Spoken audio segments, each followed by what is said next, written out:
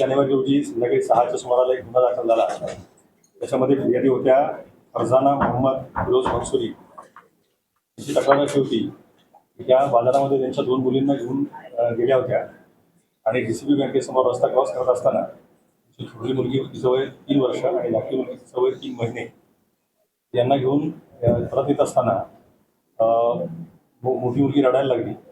त्यामुळं त्या दोन्ही मुलींना घेऊन रस्ता कसा क्रॉस करायचा तर एक बुरखाधारी महिला तिथं आली आणि त्यांना म्हणाली की तुला मुझे भी रोड क्रॉस करना है, एक लड़के को मेरे पास दे दो, असं म्हणून तिने त्या मुलाला छोटी मुलगी जी होती 3 महिन्याची त्या मुलीला घेतलं. दोघीजणी डिवायडरपर्यंत बरोबर चालत आल्या आणि त्यानंतर ही जी अनोळखी महिला होती ती महिला जोरात रस्ता क्रॉस करून पलीकडे निघून गेली आणि रिक्षामध्ये बसून निघून गेली.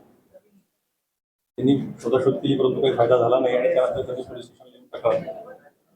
जेव्हा तपास सुरू केला त्यावेळी तपासामध्ये असं लक्षामध्ये आलं की रिक्षाचा नंबर नव्हता परंतु त्या रिक्षाच्या मागच्या बाजूला आई असं लिहिलेलं होतं. त्यावरून मग पहिल्यांदा ही रिक्षा ट्रेस करण्यात आली. रिक्षा ड्रायव्हरकडे चौकशी करण्यात आली. रिक्षा ड्रायव्हरने सांगितलं की एका महिलेला मी मुंब्रा रेल्वे स्टेशनला सोडलेलं आहे.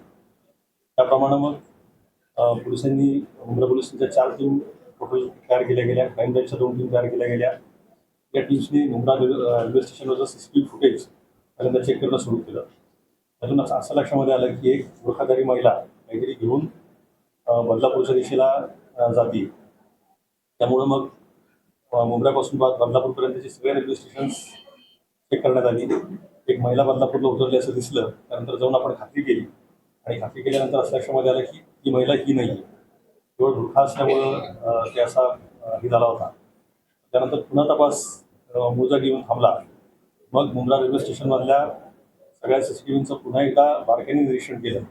त्यावेळी असं लक्षामध्ये आलं की प्लॅटफॉर्म नंबर 2वर एक महिला त्यामध्ये एक बाळाला घेऊन येते. त्या बाळाचा सॉक्स पायाच्या बाजूला दिसतोय. एका माणसाला भेटते, त्यांना अजून एक महिला येऊन भेटते आणि त्यानंतर एक महिला परत निघून जाते स्टेशनच्या बाहेर आणि त्यानंतर एक ती महिला आणि तिच्याबरोबरचा माणूस इकडं CST लोकलमध्ये बसतात आणि मुंबईच्या दिशेला निघतात. त्यानंतर मग मुंबईकडची आपण सगळी रेल्वे स्टेशन चेक केली. ठाणे रेल्वे स्टेशनला ती महिला उतरल्याच्या नंतर निष्पन्न झालं ती महिला आणि पुरुष आणि त्यानंतर पुढचा बाकी काही ट्रेस लागायला तयार नव्हता. परत तपास जी महिला मुंब्र्यामध्ये निघून गेली होती त्या महिलेच्या दिशेने सुरू झाला.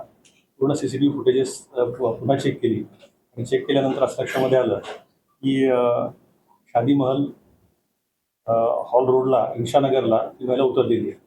परंतु त्या भागामध्ये अनेक बिल्डिंग्स आहेत आणि सगळ्याच भागामध्ये काही CCTV कव्हरेज नाही आहे. परंतु गोपनीय बातमीदार आणि त्यानंतर बाकी सगळ्या सोर्सेसचा वापर करून या महिलेला निष्पन्न करण्यात आलं. या महिलेचं नाव निघालं नसरीना शेख. या नसरीना शेखला चौकशी केली त्यावेळी तिने असं सांगितलं तिची बहीण आणि तिचा मेहुणा हे दोघं मुंब्र्याला आले होते तिला न सांगता आणि तिला त्यांनी प्लॅटफॉर्मला बोलवून घेतलं होतं हे सांगण्यासाठी की मग तुम्ही सरप्राईज दिखाने वाली रेल्वे स्टेशन पे आजा. आणि त्यानंतर मग जेव्हा ती तिकडे गेली त्यावेळी सरप्राईज म्हणजे काय तरी 3 महिन्याचं बाळ दाखवलं. बाळ दाखवल्यानंतर घाईघाईने ही लोकं निघून गेली.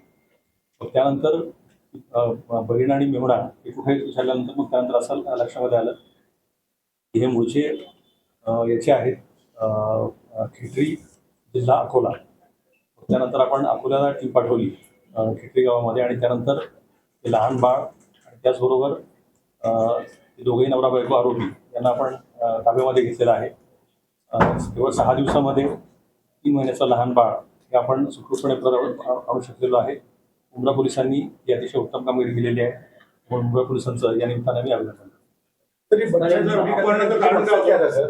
अपहरणाचं कारण असं होतं की लग्न होऊन जवळजवळ 8-9 वर्ष झाली परंतु मूल होत नव्हतं आणि यूट्यूबवर कुठेतरी तिला असं कळालं होतं म्हणजे फिरुन्निसा आरोपी जे आहेत फिरुन्निसा मुजीब मोहम्मद फिरुन्निसाला असं कोणीतरी सांगितलं होतं आणि यूट्यूबवरून तिला असं केलं होतं की मुंब्रा भागामध्ये म्हणे नवजात अर्भकाशी सोडून दिली जातात किंवा रस्त्याकडे टाकली जातात तुला घेतली त्याच्यामध्ये नक्की महिला असं त्यांना वाटलं. पण बहिणीला देखील यावेळी न सांगता यापूर्वी 2 वेळा ती मुंब्राला येऊन गेली होती.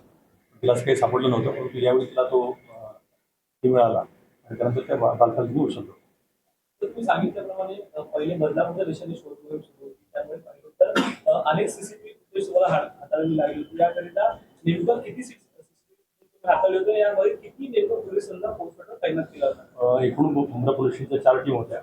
हे टीमचं आपल्यासमोर आहेतच आणि यांनी दिवस रात्र काम केलेलं 16-18 तास काम केलेलं आहे. कमीत कमी 1600 CCTV फुटेज आपण चेक केली. या सगळ्यांचं अनालिसिस करणं, त्यानंतर एका CCTVवरून दुसऱ्या CCTVपर्यंत जाणार कमीत कमी 1600 CCTV चेक केली. सर, महिला का कोई पुराना आपराधिक रिकॉर्ड? कुछ सर, कितने घंटे में क्या सॉल्व किया आप लोगों ने? इसको 6 दिन लग गए, लेकिन ये दोनों दिनों काफी कॉम्प्लिकेटेड ये था. 6 दिन के अंदर हो गया. सर, धाराएं क्या लगी उन पे? BNS section 137(2)